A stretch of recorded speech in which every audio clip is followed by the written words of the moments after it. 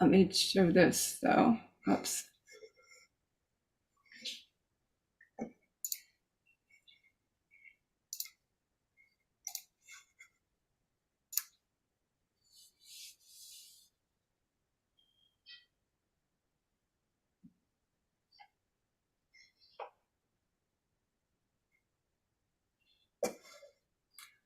Welcome, folks. Is everything technical on gone? Okay, great, thanks. Welcome, everyone. I'm Amy Antonucci. I'm a New Hampshire Peace Action board member, and I'm glad to welcome you to tonight's program, Journey from Jerusalem, with Dr. Philip Farah, on December 20th, 2023. For over 40 years, New Hampshire Peace Action has been educating, mobilizing, and organizing to build a more peaceful and just future for all. In that spirit of respect, please join us in taking a moment to acknowledge that we here in New Hampshire are doing our work on Nidakina, the traditional ancestral homeland of the Abenaki, Pennacook, and Wabanaki people. We honor with gratitude the land, the waterways, and those people who have been in relationship for generations. Tonight is being co-sponsored by the Palestine Education Network, which is a special project of New Hampshire Peace Action. It was founded in 2004 with the goal of promoting peace in the Middle East and educating people about Israel's occupation and colonization of Palestine.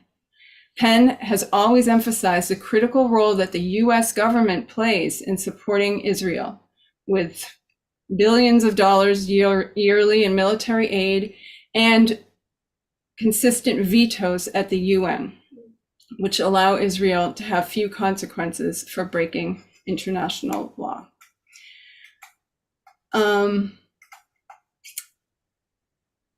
I want to quickly just say that tonight's topic is one that can bring up really strong feelings for people, and that is okay. We just ask that you treat each other with dignity and respect. We'll mute or remove people who are making the space feel unsafe for others. And the plan for the evening is that we'll hear from Philip, then we'll move to Q&A and some amount of conversation. Much of this will be recorded, but towards the Q&A time, somewhere in there, we will turn off the recording in order to have a little bit more of a conversational space. Tonight, for those of you used to our Monday programs, this is actually an hour and a half tonight, so we have a little extra time. So next up, I actually want to welcome Janet Simon. She is an active member of both New Hampshire Peace Action and the Palestine Education Network. And it was Janet who recommended and helped arrange tonight's program with her friend, Dr. Philip Farah. Go ahead, Janet. Okay. Thanks for being with us, Philip. Philip was born in Jerusalem 4 years after his family was forced from their home in 1948 and became refugees. They were barred from returning to their beautiful home by the new state of Israel. 3 of Philip's grandparents were from Gaza. His family attended the 3rd oldest church in the world, which was bombed on October 19th. His elderly relative, Elhan Farah, who's 84 and a beloved music teacher, was sheltering outside the Holy Family Parish Church in November. An Israeli sniper shot her in the leg, and as they continued to shoot people trying to help her, she bled to death. I'm so sorry, Philip. Philip immigrated to the United States when he was 27. He holds a doctoral degree in environmental economics from the University of New Mexico. He taught at several schools in Jerusalem and at Birzeit University. Philip recently retired from the Government Accountability Office, where he worked as an economist for 35 years. He lives with his lovely wife in Virginia. He is a founding member of the Palestinian Christian Alliance for Peace. He has addressed audiences across the United States on Middle East peace and justice issues. I met Philip in the 80s when he came to our church to speak. I was instantly impressed that he took the time to be with us and with his gentle and kind spirit. I had anticipated for a long time taking a trip to Palestine, but when Interfaith Peace Builders announced that Philip would lead a trip, I knew this was the one for me. It was my first trip to Palestine, and it was Philip's first visit since he and his family were forced to leave their home. On that trip and on my later hiking trip, I met so many kind and generous Palestinians, just like Philip. Thank you, Philip, for sharing with us tonight. We are honored to have you with us to share your story and your thoughts.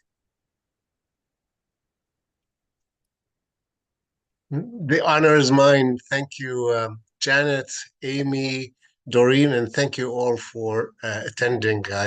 We are really humbled by the work that you do, that your committee does, and the fact that so many people are interested in hearing the story. I'm going to share my screen, tell you a little bit about myself. I hope this works easily. Let me see how good I am at doing this. Okay, can you see it now? No. I'm sorry, just a second. I'm not very adept at this. Okay, share screen. Yes, share screen. Now you see it, right? Okay. So I need to flip back. Okay, so I skipped a couple of slides, but I'm showing this because of my family connections to Gaza. Like Janet said, 3 of my grandparents are from Gaza. This is the St. Philip's Chapel at the Ahli Hospital, and the original building was donated by my granduncle. It says 1905. I double-checked today, and it actually was in the late 1880s. So that the original building was donated by my great-uncle to the Christian Missionary Society, and they over time it became the Ahli Hospital. It's still run by the Anglicans. The Anglican Communion, which includes the United States Episcopal Church. And actually the United Church of Christ also supports it. I think I have to go, so I'm not going to be able to see you while doing this. Or maybe I'm just going to skip. Oh, here we go. So this is the Church of St. Porphyrius. This is the church where my father and his siblings, and he had 10 siblings, and many of my relatives worshipped. And that's a church that was bombed on October 17. Oh, I just wanted to make a correction. I'm talking from Vienna, not from Jerusalem. I don't know if that was clear. Vienna, Virginia. So that's where I live. So this is in the Zaytun neighborhood where many of the Christians lived. The majority of Christians from Gaza were Greek Orthodox. So, you know, at the turn of the 20th century, the Gaza Christian community was quite large, and there are many families, you know, the Sabas, the Sayers, the Tarazis, the Medbeks, the Sarrafs, all of these are families related to me. Large families, so they really were, I can't give you the exact number, but I wouldn't be surprised if they were about 10% of the population back then. Now they have dwindled drastically. So my family actually moved, my immediate family, my father, and he later got married. And this is the house of my mother. Um, I think maybe Janet saw it. Um, it was where they lived before the ethnic cleansing that happened in 1948, what we call the Nakba, the catastrophe, when the vast majority of Palestinians were forced out of what became the State of Israel. And this building is now occupied, of course, by several Jewish families. My mom's family was quite large, so it was a large house. And yeah, I grew up on the other side of the border. What became East Jerusalem, only like less than half a kilometer from this house, but I could never see it until after 1967, when all of Jerusalem came under occupation. So we took refuge. That was 4 years before I was born in 1948, and my family took refuge in the Church of the Redeemer, the Lutheran Church of Redeemer, and it was really very, very difficult time for them. Of course, there was continuous bombing.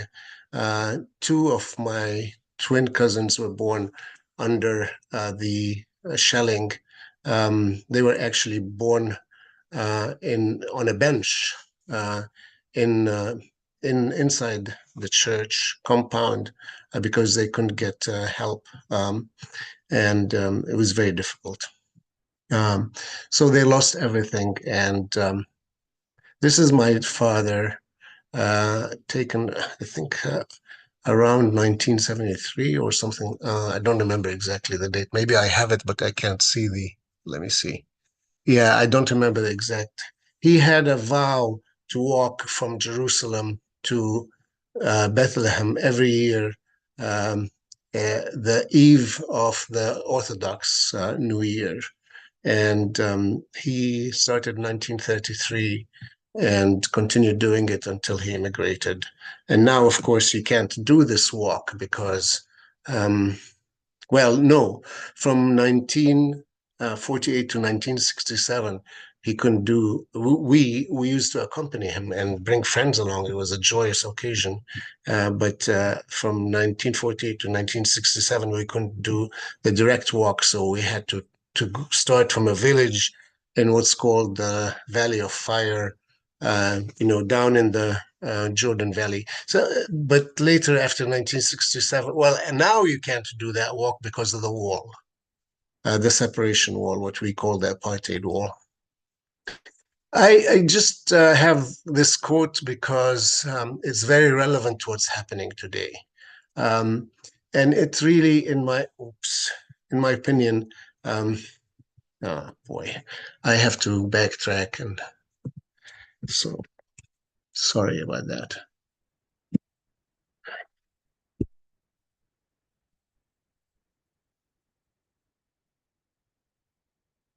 I don't know how to backtrack.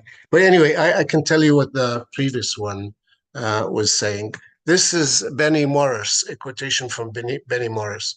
Ignore this particular slide for a minute, but the slide before it was also from Benny Morris. And he is the leading new historian in Israel. And he has documented very meticulously the ethnic cleansing of Palestinians from what became Israel. And he spoke about how Ben Gurion, who's considered really the main founding father of Israel, ordered the expulsion of Palestinians from Lod and many other places. You can't have a majority Jewish state when, when over had the Palestinians stayed in what became Israel, the Jewish percentage of the population would have been slightly above 50%. That doesn't work for a Jewish state. So the expulsion had to happen. And Benny Morris documented it very, very meticulously. But here, and he, by the way, considers himself a liberal kind of progressive Jew on the Israeli political spectrum. And here's what he said at the end of this interview that he had with Haaretz, I think. And he says, if Ben Gurion was already engaged in expulsion, maybe he should have done a complete job. My feeling is that this place would have been, this is very important, would have been quiet and no less suffering if the matter had been resolved once and for all. If Ben Gurion had cleansed the whole country, the whole land of Israel, from the sea to the River Jordan. This is really like the raison d'etre of Israel. And, you know, you can't have a population ethnically cleansed and, you know, expect them to be submissive. And then that creates the logic for even more ethnic cleansing, because you see them as a threat, because they have been expelled from their homes, and because Israel wants to be a Jewish majority state, it has to impose all kinds of restrictions to prevent the Palestinians from becoming a majority again, which is happening, by the way. Now, the number of Palestinians living in that area is at least like a little bit over 50% Palestinian. So Israel does everything in its might to restrict the conditions of life for them, so that it'll make it difficult for them to stay. So many do immigrate, and then you have more and more settlements in order to encourage a greater Jewish majority in the land. And so this vicious cycle continues, and that really is the origin of what we're seeing now. Oh, I'm going to skip this, but this basically is a slide to show you that the violence has not been only against Palestinians. The Zionist project really resulted in the deaths on the hands, how do you say, by the hands of the Zionists, of many Jews as well, to advance their cause. In 1944, 267 Jewish refugees were drowned when the Haganah placed a bomb on the hull of the ocean liner called the Patria. In 1947, the King David Hotel bombing, 91 Brits were killed, 15 Arabs, 19 Brits and Arabs, and then also 15 Jews. So, you know, this violence is really kind of the raison d'etre of Israel.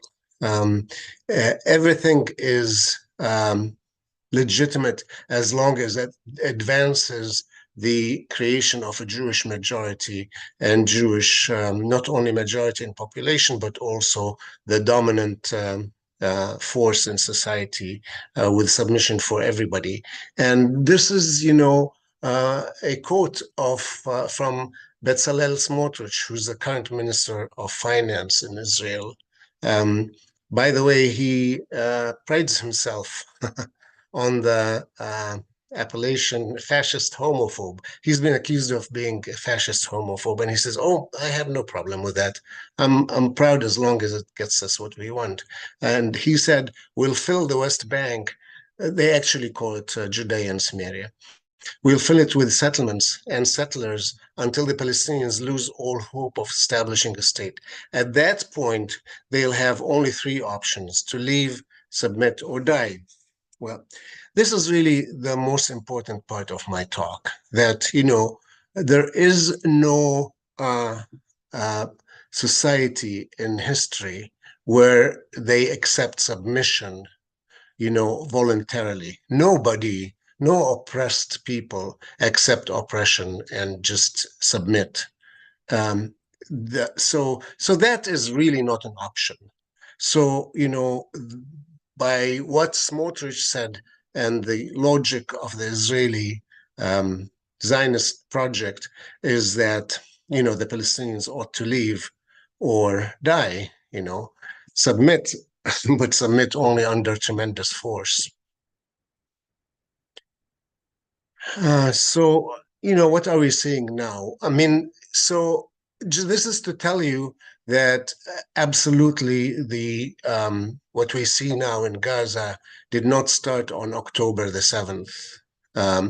The background is that Israel has been expanding settlements, confiscating more and more land from the Palestinians, mostly in the West Bank now, right? Because Gaza has basically been shut down as an open air prison. And it's really been ghettoized in the ugliest fashion. And even way before this war, the United Nations said that Gaza is going to be unlivable in a very short time because of the siege of almost 17 years now. Everything that goes into Gaza is meticulously controlled by the Israelis, so that you can't have replacement parts for waste management facilities because they're considered dual purpose, that they can be used for military. Israel claims for military purposes. So, the waste water plants are not functioning, and the sea is totally polluted. And because of the extreme pumping of the aquifer by Israeli kibbutzim and settlements around Gaza, there is saltwater protrusion from the ocean into the aquifers, and most of the water in Gaza, water resources are badly contaminated, So that's just one aspect of the 16-year siege. Israeli leaders have been known to say openly that we are going to put them on a diet just enough for them not to starve. Well, of course, now they are being starved because now Israel has shut down everything: water, electricity, and food. What can be nothing can be more genocidal than that. And that's under the and then also the attacks on the Aqsa Mosque, really provoking the majority of Palestinians who are Muslim, and the expansion of the settlements in the West Bank have really provoked Gaza to do what they did in October 7th.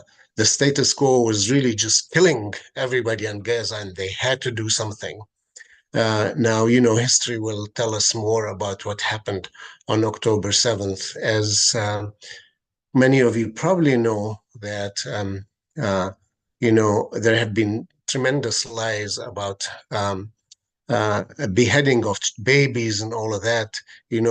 After this was refuted by American authorities, the president continued saying that Palestinian terrorists beheaded children. Anyway, but the point is, and we can talk about that in more detail, how Gaza was really dying before October 7th. And, there had to be a change in the status quo. How Hamas reacted is not the way that I would react, but certainly not something that, my group, Palestinian Christian Alliance for Peace, as many other Palestinian groups, advocate for nonviolent resistance. But the status quo had to change. So now what we are seeing, the mass murder of Palestinians, it is so plain. It is so in plain sight of the whole world, more documented than any other attack on civilians in the history of mankind, really. And the world is sitting silent. Masha Gessen, some of you may have heard, is a Jewish scholar who wrote an article recently comparing the situation of Gaza to the Warsaw Ghetto of 1944. And the world saw what was happening and was at that time they were unable to do anything because the Nazis were very powerful, and they killed 7,000 people because there was resistance in the Warsaw Ghetto, and they could not quell the resistance easily. It lasted for a whole month. They ended up burning the ghetto, just burning it. And there were 7,000 survivors. They were sent to Treblinka, another death camp. The same was really similar. This is, I just talked about this. The same happened in Tel Zatar, a camp in Beirut, Lebanon, in 1973. The Lebanese right-wing fascist forces attacked the camp, laid siege on it for several months with the help of Israel. There were Israeli army people in the operation room helping the Lebanese Phalange party, which is fashioned after the Franco's black shirts. The whole world was watching, and that was another conflict that was covered very, very well by the media worldwide. People saw it. The American embassy knew exactly what was happening in Tel Zatar, and the world just let it happen. 3,500 people were killed under horrendous conditions. This is Tel Zatar in 1973. And now Gaza. Now this is, of course, outdated. And it says 14,000. Now it's almost 20,000. 50 days? No, now it's 85 days, I think. After 75 years of, 17 years of siege.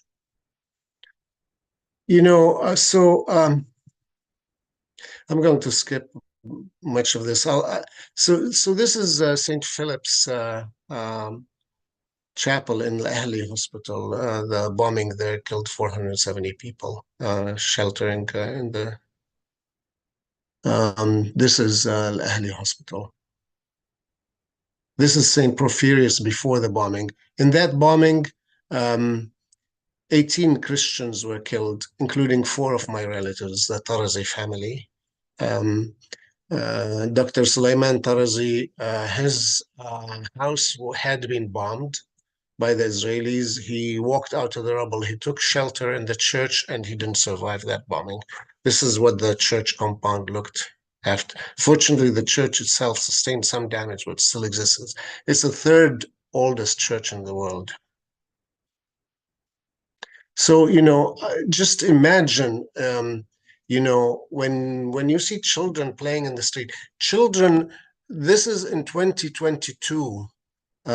Save the Children, you can look it up, did a study on children in Gaza and found this is before what's happening now.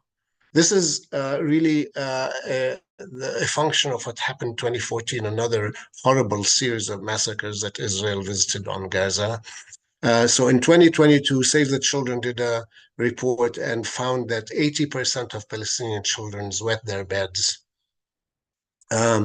Imagine now, the continuous drones, sound of drones and sound of shelling, and then of course the thousands of children who have been buried under the rubble or shredded, literally. I mean, today I watch Al Jazeera Arabic, and they have basically wall-to-wall coverage 24/7 of what's happening. The scenes you see of bodies shredded from the bombing is just horrendous. And the targeting has been off churches.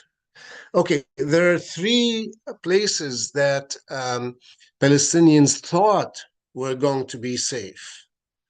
They did not include mosques because, frankly, Israel thinks, and to some extent correctly, that people in the West are not going to be shaken very much by the bombing of mosques. So, there are three locations that people of Gaza thought were safe. UNRWA, United Nations Children, United Nations run schools, this is one of them, or churches or hospitals. And so they have been targeted. They have been targeted because Israel wants all Palestinians from the northern Gaza Strip to move south.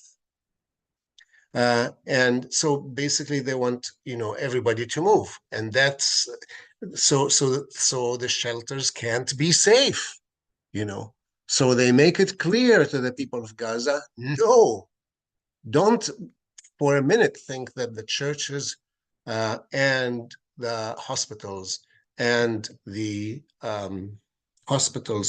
churches and the UNRWA schools are safe. They are not. You're going to be killed there. And that's what's happened. By the way, so I told you about my relatives at St. Porphyrius who were killed. My closest relative was killed, Ilham Farah, 84-year-old woman, was killed as she was moving from her place of shelter at a Catholic church called the Church of the Holy Family. She was a stubborn woman. She wanted to go home after 2 months of being under siege. Her colleagues sheltering with her told her, no, don't, you'll get shot. Sure enough, she got shot in the leg. People tried to rescue her. They were shot at, so they couldn't get to her. She bled to death. Gaza parents have taken to writing the names of their children with magic markers on their legs, so they won't be misidentified if they are buried under the rubble. This is one of the hospitals. And, so Al-Shifa, surgeries without anesthesia, including how do you call it? What do you call it when they sever your limb to prevent gangrene? Amputations. Imagine a child having his arm or leg amputated without surgery. And then even if they survive that, even if they survive the pain alone could kill them. Even if they survive that, there's not enough medicine to go around, so you have worms coming out of their wounds, and then they do get gangrene or whatever, and they pass away. This is the incubators from Al-Shifa Hospital. By the way, this is old news now. Now Shifa has been ethnically cleansed, really is the word. But, the electricity, they couldn't get electricity, so they had to take the babies out of incubators, the NICU babies. Again, another hospital. And this is, the Nakba, the ethnic cleansing that's happening now. It was 700,000 people in 1948. Now it is over 1.5 million have been displaced from their homes, going south. But they get bombed as they're doing that. When they obey the orders of the Israelis to move south, and they tell them, okay, Shari' Salah ad-Din, the Salah ad-Din street is your route, and then they bomb them as they're leaving. And then they do get, if they are lucky enough to get to the south, they are bombed in the south as well. This was 1948.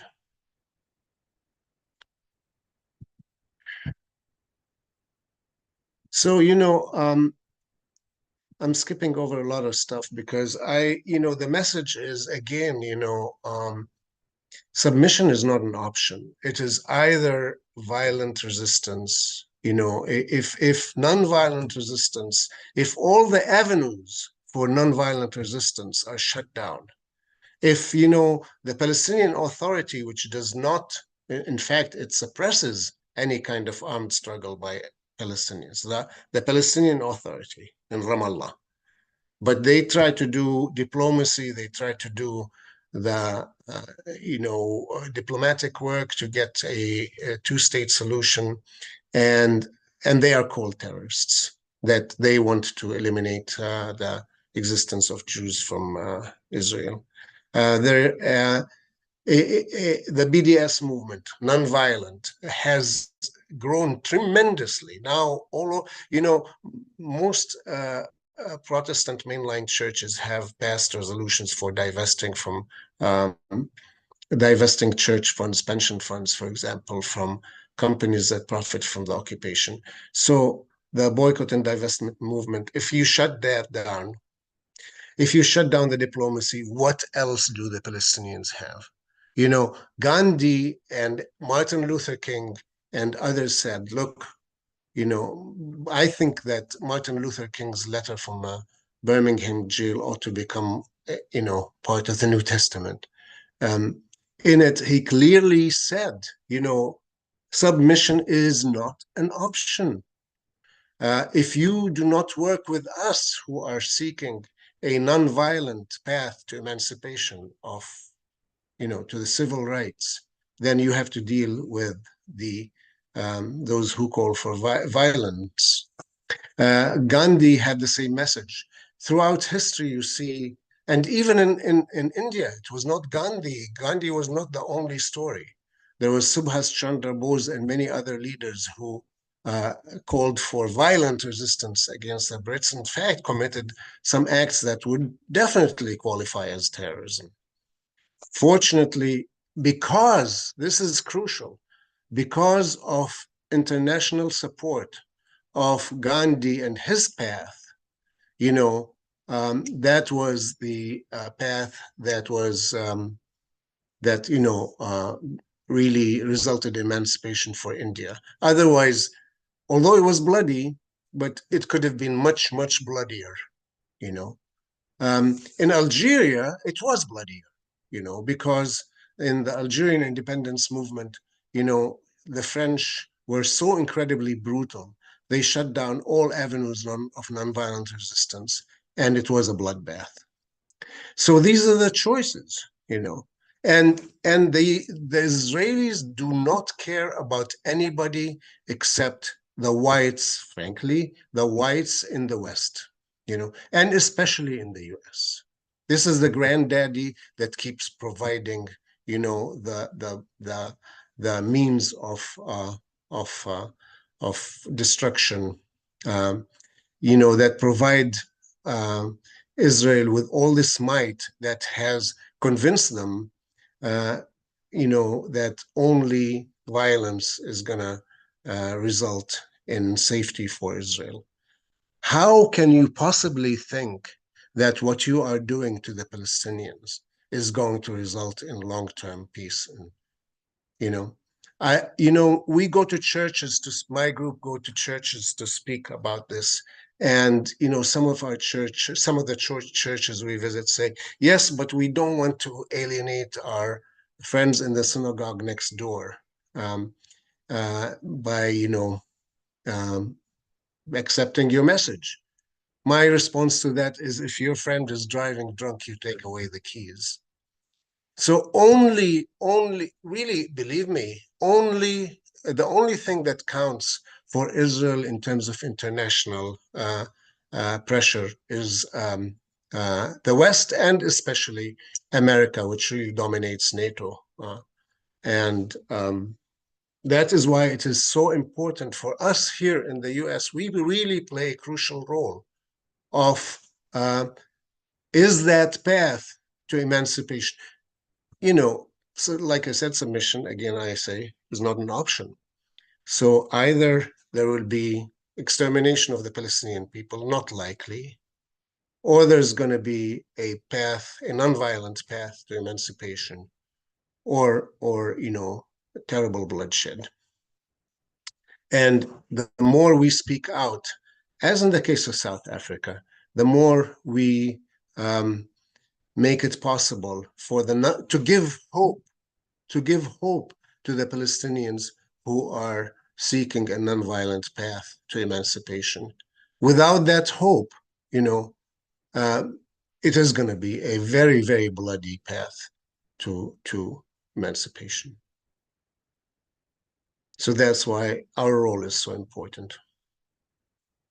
Thank you. Thank you, Philip, for sharing all of those thoughts with us. I wonder, before I go to questions, could you tell us a little more about the peace work that you have been doing personally? I know you've founded a number of organizations and done a lot of trips.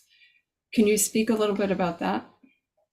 Yes, so the trips, actually, Janet, as she said, was on one of those. That's Eyewitness Palestine. I highly, highly recommend that group called Eyewitness Palestine. They organize delegations that go and visit and see for themselves. Everybody who goes, every single person who has been on these trips, is absolutely devastated by what they see. African Americans who go immediately get it. And because they have experienced it in this country, the racism. But they are shocked by how horrible. The South Africans go and say, as Desmond Tutu has said, that it is worse than apartheid South Africa. But it's not only Eyewitness Palestine. There are many other groups, many church-based groups. The UCC has, United Church of Christ. The Episcopalians, the Methodists have all organized similar delegations. So that's a great thing, go and see the Holy Land, but please go and the Holy Land is extremely beautiful. Jerusalem is one of the most beautiful places on earth, my city. But go and also talk to the Palestinian Christians and the Muslims. We can't tell the difference in Palestine between the Palestinian Christians and the Palestinian Muslims. Go visit them in their churches, talk to them, and see for yourself. But the other kind of work that we do is to focus on advocating for boycott, divestment, and sanctions. And we've really made great success. Like I said, practically all Protestant mainline churches, except the Methodists, have passed resolutions to divest their pension funds from companies that profit from the occupation. But even the Methodists, even though their general conference did not pass a resolution, our allies in the Methodist Church have lobbied directly their pension fund, and their pension fund did divest from a number of Israeli companies, a number of Israeli banks, and from Caterpillar and Motorola Solutions and Hewlett Packard for profiting from the occupation. The churches have also passed boycott resolutions and have made declarations such as considering Christian Zionism a sin and calling Israel an apartheid state. And these have impacts, and people are beginning, to really, frankly, one challenge is that this doesn't often filter to the pews easily. But we're also, we visit a lot of churches, and our allies in different denominations, we help them. We provide speakers to them and the like. So invite us to your churches if you or any other communities that you belong to, and we will provide. We do have some travel funds, and if we can't ourselves come and visit your church, we do have allies. Well, Janet is one of them, and your group, Amy. I'm sure that really counts for a lot. Thanks, Philip. One thing that I know people were hoping to hear a little more about tonight is your own journey, how you got from how you ended up in this country and, what your story is. Sure. Say some of that. Yes, yes. So, like I said, I was born 4 years after my family were basically forcefully expelled from West Jerusalem, where they lived.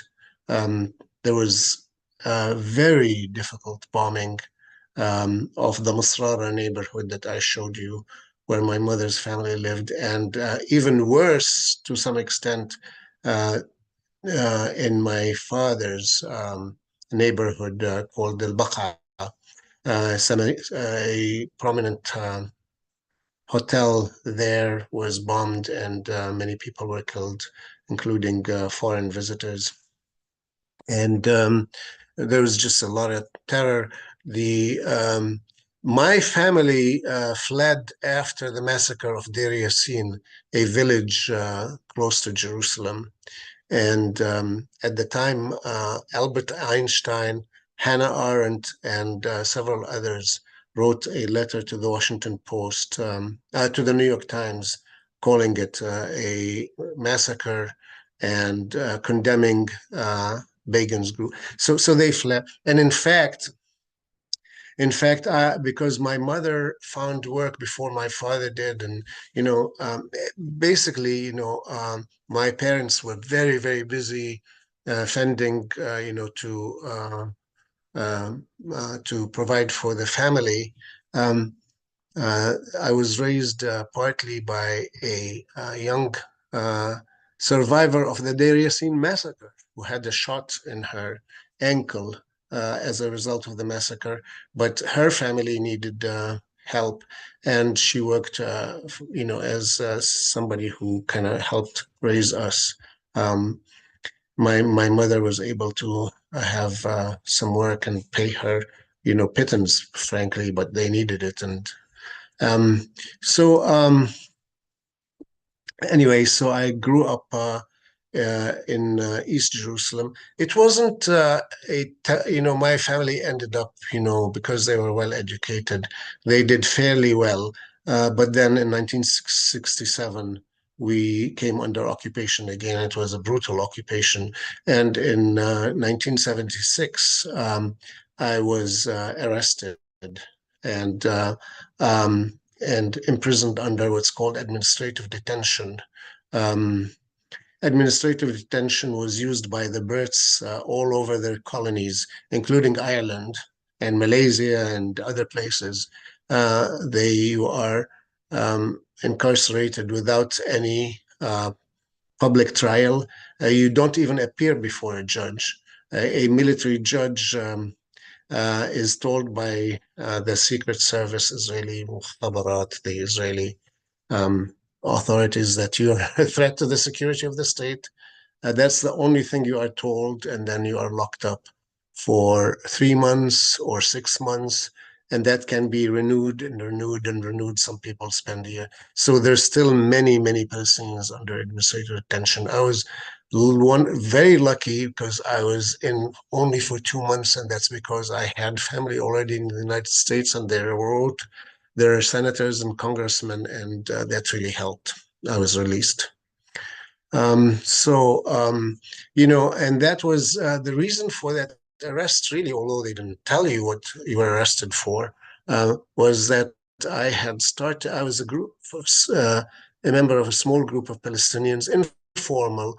We used to meet with Jewish friends who, mostly academics on both sides, university professors and the like, who the Jews that we were meeting with were against the occupation, and really that was probably the cause of my arrest. That was after I graduated from the American University of Beirut, and I was a child of the 60s. So, in 1968, there were student uprisings all over the world. Pakistan, they felled the government, actually, the students. France, same thing. Germany, of course, the US, Colombia, 68. And we were very politicized, and Palestinians tended to be even more susceptible to politicization than others. And so, I was very interested in what was happening in Palestine. And, that's how I started meeting with these Israeli Jews. So I hope that kind of, but then I came to the United States in 78, really to get a degree and go back and teach at Birzeit University. But things kept getting worse and worse. And, I was afraid that I was going to get arrested if I went back, because I was active with the American Arab Anti-Discrimination Committee. And one of my colleagues was arrested when he tried to go back. So I lost my Israeli identity card because I didn't go back after 5 years that you were allowed to be out of the country. And that's another way that Israel does the ethnic cleansing. If you go out and you don't come back in a time allotted by them, then you lose your rights to be there. Yeah. Yeah, thanks, Philip. So we have some questions. And one of them, let's see, is a little, I'm just trying to see how I can say this. The question was, but let me, is how is Israel occupying the West Bank? So can you talk about what that word means, how you're using it, what that looks like? Can you explain that? It's an Israeli progressive writer, activist called Jeff Halper explained it better than anybody. It's called the matrix of control. It is probably one of the most extreme forms of total control that has been experienced anywhere in the world. In South Africa, they had the Bantustans, which were basically, large ghettos where the the South African blacks were herded, after the best lands were taken by the white settlers, they were sent to, less fertile, less, put in ghettos. The same thing is happening in Palestine, except on steroids. Israel has divided the West Bank into, I don't know how many separate, ghettos, really. Nablus is a ghetto, Ramallah is a ghetto, villages in South Hebron are a ghetto. They are separated from each other by checkpoints, and freedom of movement is very restricted. You can have, the agricultural products going from one place to the other are restricted. They could rot at the checkpoint.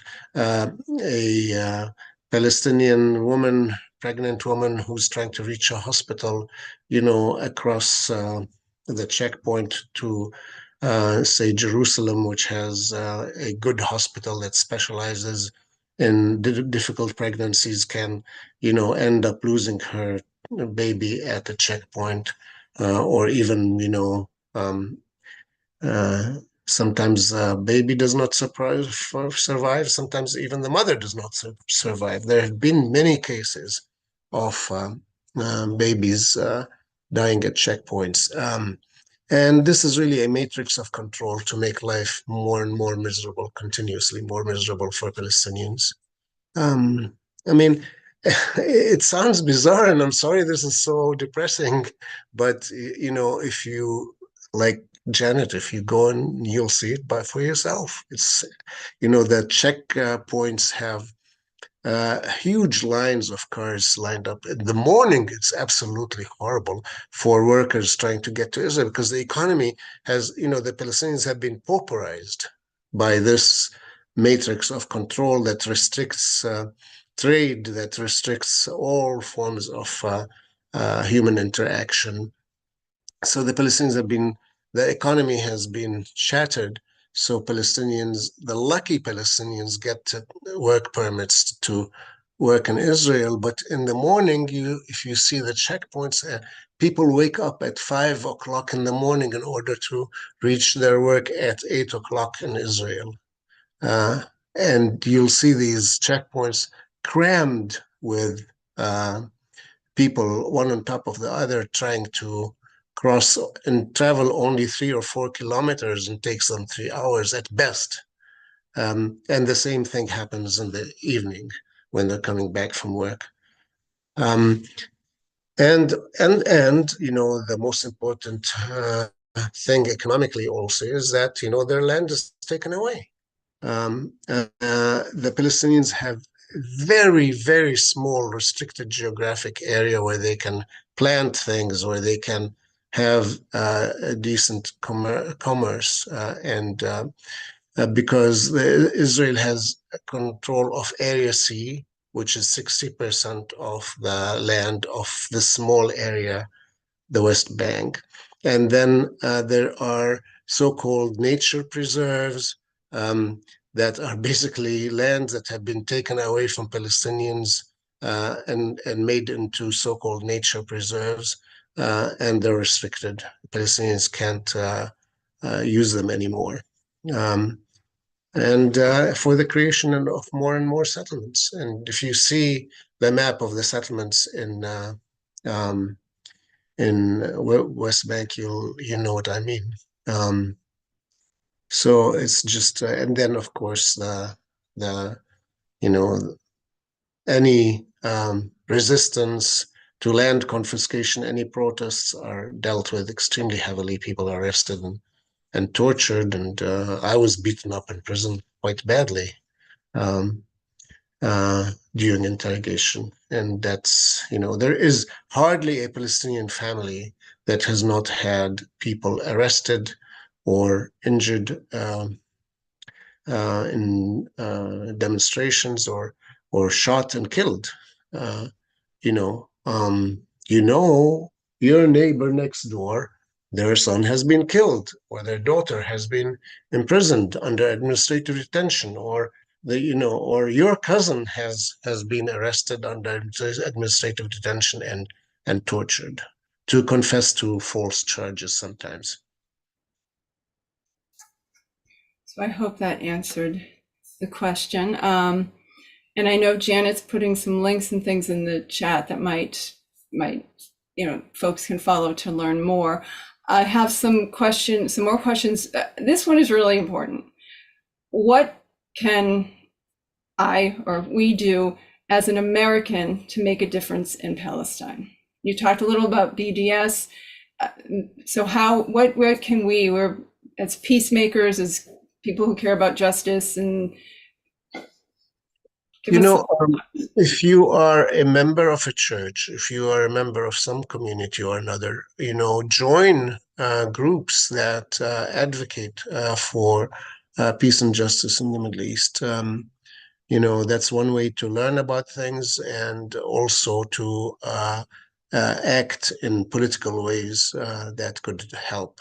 For example, calling your representatives, and you get resources. I really, I spoke at a mosque a few days ago, and it's surprising how many people are not members of groups that advocate for not only Palestinian rights, but for rights of American Muslims, and who are really exposed to tremendous Islamophobia, as you probably know. So if you really have the inclination, join a church group. There's the Methodists have the United Methodist Kairos Response. The Presbyterians have the Israel Palestine Mission Network, and you can ask Janet and ask me and ask others, and we'll provide you with names of groups. And there are also ACLU, and there are other groups that you can follow that have good resources. So talking to your representatives, your elected officials. The media is extremely important. If you read something that seems biased, call them and say, look, you're not presenting the Palestinian side. You're presenting, the media today is still, even after the statements by the president that Israel has been bombing Gaza indiscriminately, and many statements by officials, saying that Israel has gone too far, basically.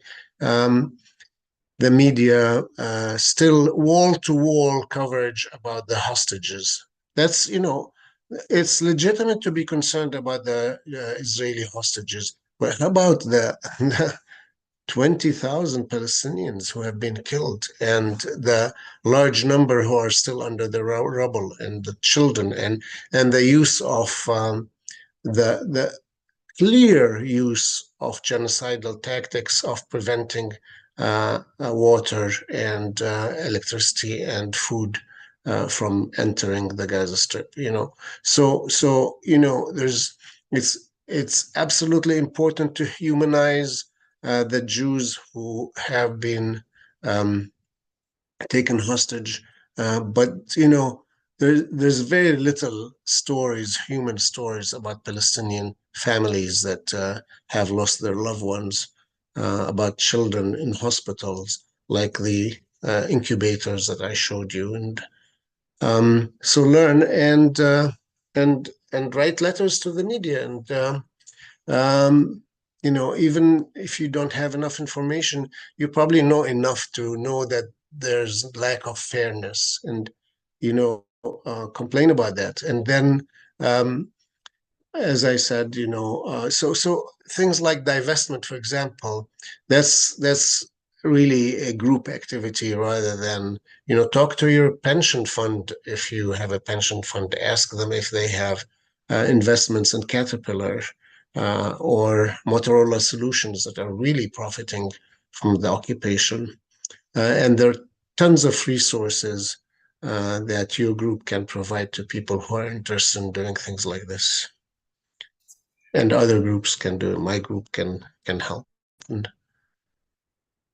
Great. And let me also put out there, partly as a question, partly to let folks know. So Janet's wanting to know, many of us have been calling our representatives every day, asking for a ceasefire, for them to support a ceasefire, for them to speak out against what's happening. We've also had some lobby visits with our representatives, and we are vigiling weekly at our representatives' offices. And Janet is wondering, should we keep it up? Do you think it's worth it? Absolutely, it's worth it. I mean, your priorities better than I do, but it definitely is one way of. We often hear from elected representatives that they are not hearing enough from us. So, and be forceful.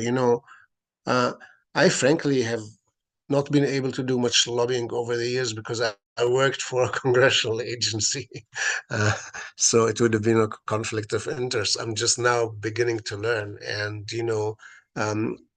at first, I was, extremely polite and very, I'm still polite, but I've learned to become more forceful.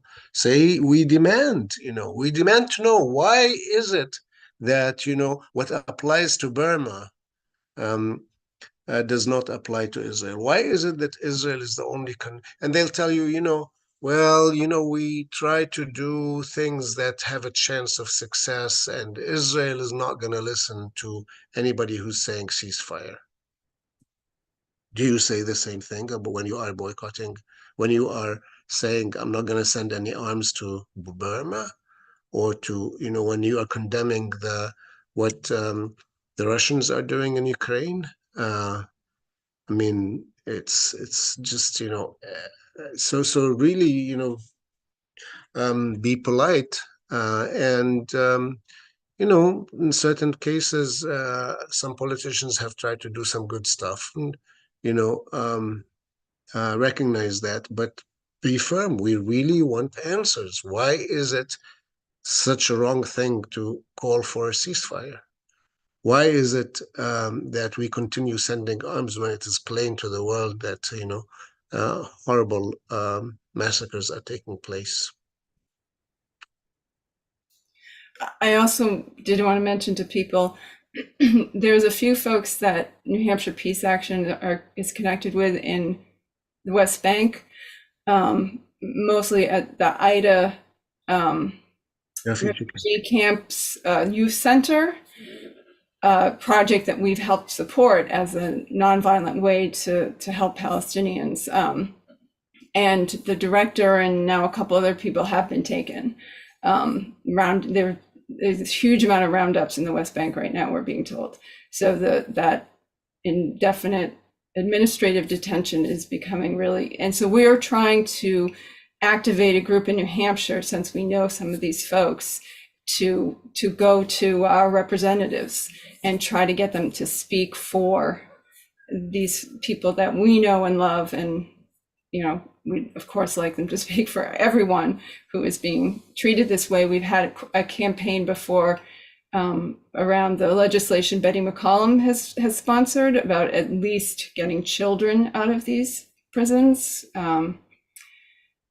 So New Hampshire Peace Action is working on these issues. Penn is working on these issues, and you can join us. And there's lots of other groups.